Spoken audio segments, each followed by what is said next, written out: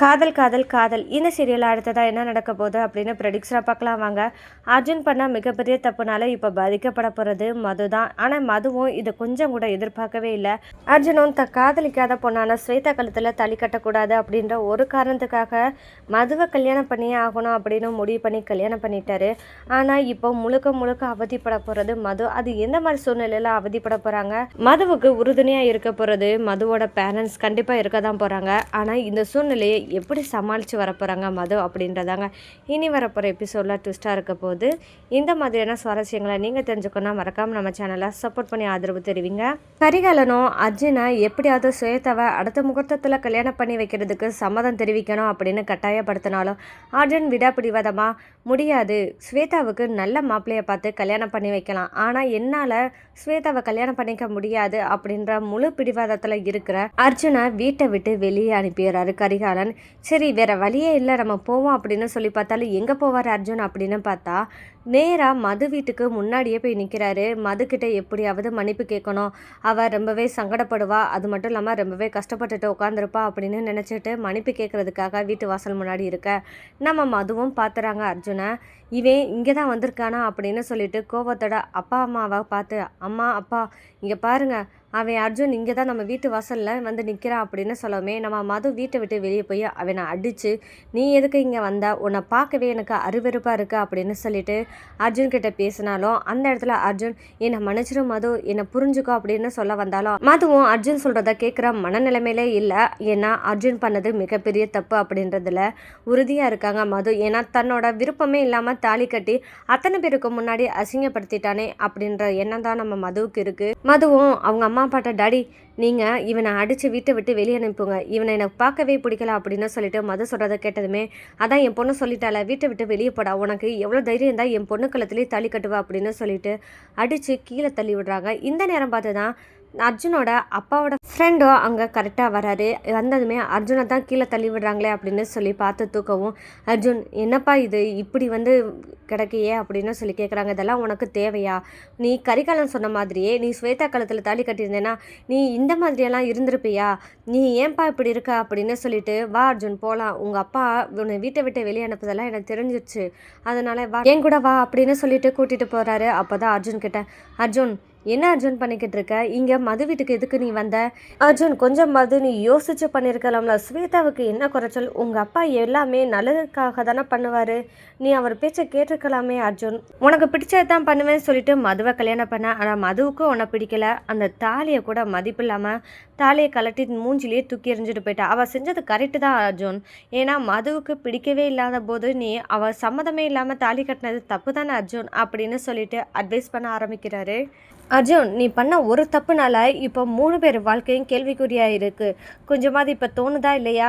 ஏன்னா ஸ்வேதா நீ தான் புருஷன்னு சொல்லிட்டு வாழ்வேன் அப்படின்னு சொல்லிட்டா, இங்கே ஒரு பக்கமோ நீ ஸ்வேதாவை விட்டுட்டு மது கழுத்தில் தள்ளி கட்டிட்ட, இது ஒரு பக்கம் மதுவுக்கு ரொம்பவே டிசப்பாயிண்டடாக போயிருச்சு, அவளோட வாழ்க்கையில் பின்னாடி பிரச்சனையும் ஏற்படும், நீ உன்னோட வாழ்க்கையில் என்ன முடிவெடுக்கிறது, உனக்கு யார் தான் வேணும் அப்படின்னு நீ பிடிவாதமாக இருந்தாலும் உனக்கு ஏற்ற மாதிரி சூழ்நிலை ஒன்றுமே அமையாமல் உன்னோட வாழ்க்கையும் போய் நிற்கிதே அப்படின்னு சொல்லிட்டு கரிகாலனோட ஃப்ரெண்டும் சொல்ல ஆரம்பிக்கிறாங்க. இதை கேட்ட அர்ஜுன், ஆமாம் அங்கிள் நீங்கள் சொன்ன மாதிரி அப்படி தான் நடந்திருக்கு, ஆனால் நான் இதை எதிர்பார்க்கவே இல்லை, இனி நான் என்ன பண்ணணும்னு தெரியல அங்கிள் அப்படின்னு சொல்லிட்டு அர்ஜுன் சொல்லவுமே, சரி விடுப்பா அர்ஜுன், நடக்கிறது நல்லதாகவே நடக்கும், இனியாவது எப்படி இருக்கணும் அப்படின்னு சொல்லி பார்த்துக்கோ. ஆமாம் நீ இப்போ எங்கே போய் தங்க போகிற அப்படின்னு சொல்லி கேட்க, தெரியலையே அங்கிள் அப்படின்னு சொல்லும்போது, ஒன்றும் இல்லைப்பா வா என் கூடயே வா, நான் மட்டும்தான் தங்கியிருக்கேன், என் கூட சேர்ந்து இரு அப்படின்னு சொல்லவுமே சரின்னு சொல்லிட்டு அர்ஜுனை கூட்டிகிட்டு அவர் கிளம்பி போகிறாரு. இந்த மாதிரி நேரத்தில் தான் அடுத்ததான் என்னென்னா இங்கே மதுவோட வீட்டுக்கு ரிப்போர்ட்டர்ஸ்லாம் வந்துடுறாங்க. ரிப்போர்ட்டர்ஸ் வந்தால் என்ன ரிப்போர்ட்டர்ஸ்லாம் வந்திருக்காங்க அப்படின்னு சொல்லிட்டு இங்கே மது வெளியே வந்து பார்க்க, மேடம் உங்ககிட்ட ஒன்று கேட்கணும் அப்படின்னு கேட்க, என்கிட்ட என்ன கேட்கணும் அப்படின்னு சொல்லி கேட்கும்போது தான், மேடம் உங்களுக்கு கல்யாணம் ஆயிடுச்சு, அதுவும் உங்களோட ஆஃபீஸ்லேயே வேலை பார்க்குற அர்ஜுன் அப்படின்ற ஒருத்தர் தான் உங்களுக்கு கழுத்தில் தாலி கட்டிட்டாங்களாமே அப்படின்னு சொல்லி கேட்க, இதெல்லாம் உங்களுக்கு யார் சொன்னா அப்படின்னு சொல்லி கேட்கும்போது, மேடம் நாங்கள் ரிப்போர்ட்டர்ஸ், எங்களுக்கு எந்த விஷயமும் தெரியாமல் இருக்காது. அது மட்டும் இல்லாமல் ஏற்கனவே உங்களுக்கு கல்யாணம் மேடமேட வரைக்கும் போயிட்டு ஒருத்தரை நிச்சயம் பண்ணி தான் நீங்கள் கல்யாணம் பண்ண போயிருந்தீங்க. ஆனால் அந்த இடத்துல மாப்பிள்ளைய அரெஸ்ட் பண்ணி போலீஸ் கூட்டிகிட்டு போயிட்டாங்க. இந்த மாதிரி இருக்கிற இடத்துல எப்படி அர்ஜுன் உங்களை கல்யாணம் பண்ணாரு அப்படின்னு சொல்லிட்டு கேள்வி எழுப்புறாங்க. சும்மாவே நம்ம மது ரொம்பவே டென்ஷனாக இருக்காங்க. அர்ஜுன் பண்ண வேலையினால இப்போ எவ்வளோ தூரத்துக்கு விஷயம் பரவி இருக்கு அப்படின்னு சொல்லிட்டு, இதனால நம்மளோட ரெபுடேஷனே போகுதே, என்னோட வாழ்க்கை என்ன ஆகுறது அப்படின்னு சொல்லிட்டு, இங்கே பாருங்கள் எனக்கு அப்படியெல்லாம் ஒன்றும் நடக்கலை அப்படின்னு சொல்லும்போது, மேடம் நீங்கள் என்னடானா இப்படி நடக்கலைன்னு சொல்கிறீங்க, ஆனால் இங்கே பார்த்தா எப்படி இருக்குது, இங்கே பாருங்கள் எவிடன்ஸாக ஃபோட்டோவே இருக்குது, உங்கள் கழுத்தில் தாலி கட்டினதும் நீங்கள் தாலியை கழட்டி போட்டு வந்த மாதிரியெல்லாம் இருக்குது, இதெல்லாம் பொய்யா அப்படின்னு கேட்கும்போது, இங்கே பாருங்கள் இதெல்லாம் என்னோட பர்சனல் லைஃப், நீங்களாம் இதை எதுக்கு கேட்குறீங்க அப்படின்னு கேட்கும்போது, மேடம் நீங்கள் வந்து சாதாரண பொண்ணு கிடையாதே, ஒரு கம்பெனியை நீங்கள் ரன் பண்ணிக்கிட்டு இருக்கீங்க. அப்படி இருக்கும்போது ஒரு பொண்ணுக்கு ஒரு அநீதி நடந்திருக்கு அப்படின்னு தெரிய வரும்போது, அந்த இடத்துல நாங்கள் வந்து கேட்குறதுல எந்த இடத்துலையும் தப்பு இல்லையே, உங்களுக்கு நடந்தது அநியாயம் தானே, உங்களுக்கு இந்த கல்யாணம் விருப்பப்பட்டு நடந்ததா விருப்பம் இல்லாமல் நடந்ததா, எதுக்கு நீங்கள் தாலியை கழட்டி போட்டு நீங்கள் வந்தீங்க அப்படின்ற உண்மையை நீங்கள் சொல்லுங்கள் அப்படின்னு சொல்லி கேட்கும்போது தான் நம்ம மது ரொம்பவே சங்கடப்பட்டு ரொம்பவே கஷ்டப்பட்டுட்டு இருக்காங்க. இந்த நேரம் பார்த்து தான் மதுவோட அம்மா அப்பாவும் சேர்ந்து வந்து, இங்கே பாருங்கள் உங்களுக்கு பதில் கொடுக்க வேண்டிய நேரத்தில் கொடுப்போம், ஆனால் இப்போ மது வந்து கொடுக்க வேண்டிய நிலைமையில இல்லை, அவங்க ரொம்பவே ஸ்ட்ரெஸ்ஸில் இருக்காங்க, கொஞ்சம் ரிலாக்ஸாக அவங்கள இருக்க விடுங்க அப்படின்னு சொல்லிட்டு அந்த ரிப்போர்ட்டர்ஸ்ட்டை இப்போதைக்கான சூழ்நிலையை சமாளிச்சிடுறாங்க. ஆனால் இது மட்டுமா இதோட முடியுதா அப்படின்னு பார்த்தா கிடையவே கிடையாது. மதுவை இன்டர்வியூ எடுத்ததை அவங்க டிவிலே டெலிகாஸ்ட் பண்ண ஆரம்பிக்கிறாங்க.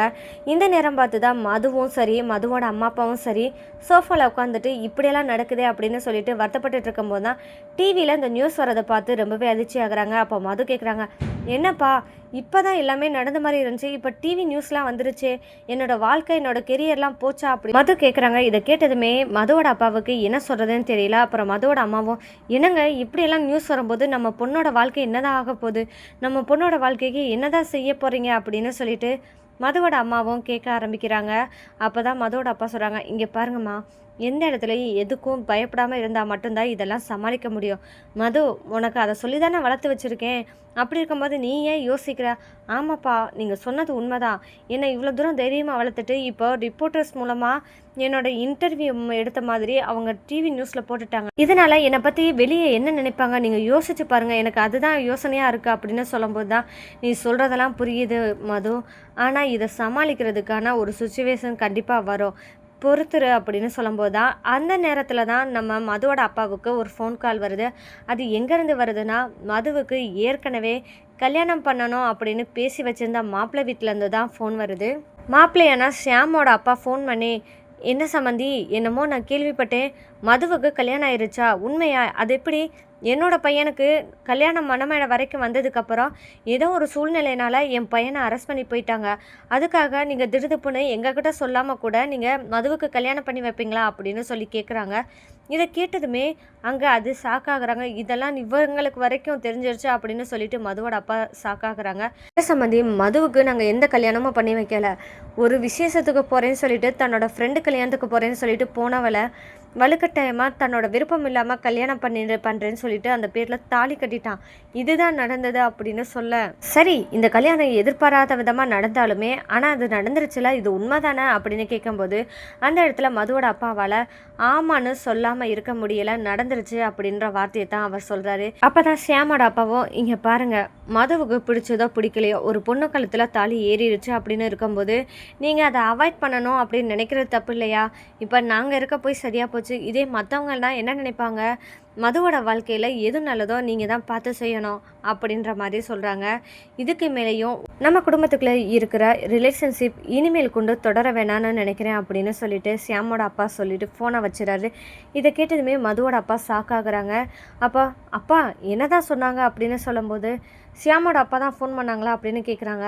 ஆமாம்மா, ஷியாமோட அப்பா தான் ஃபோன் பண்ணாங்க, இதை மாதிரி நடந்ததெல்லாம் கேள்விப்பட்டு என்கிட்ட கேட்கும்போது இல்லைன்னு சொல்ல முடியலை, அப்போ இனிமேல் உங்களுக்கும் எனக்கும் சம்மந்தம் இல்லை அப்படின்ற மாதிரி பேசி ஃபோனை வச்சுட்டாரு, இனி என்ன பண்ணன்னு எனக்கு தெரியலையம்மா அப்படின்னு சொல்லிட்டு இங்கே மதுவோட அப்பா ஃபீல் பண்ண ஆரம்பிக்கிறார். இது ஒரு பக்கம் நடந்துகிட்டு இருக்கும்போது இங்கே ஸ்வேதாவும் என்ன பண்ணுறாங்கன்னா, அர்ஜுன் வந்து வீட்டுக்கு இங்கே வந்தால் மட்டும்தான் என்னை கல்யாணம் பண்ணுறதுக்கான வாய்ப்பு இருக்கும், அவனை வெளியே விட்டுட்டிங்கன்னா கண்டிப்பாக அவன் என்னை கல்யாணம் பண்ண மாட்டான் அப்படின்ற மாதிரி அர்ஜுன் இந்த வீட்டுக்கு எப்படியாவது வரணும் அப்படின்னு ஸ்வேதாவும் நினச்சிக்கிட்டு சொல்லிக்கிட்டு இருக்காங்க.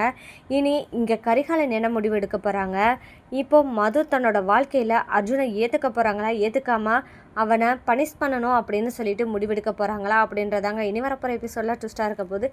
இந்த மாதிரியான சுவாரஸ்யங்களை நீங்கள் தெரிஞ்சுக்கணும் மறக்காமல் நம்ம சேனலை சப்போர்ட் பண்ணி ஆதரவு தருவீங்க. மீண்டும் சந்திப்போம்.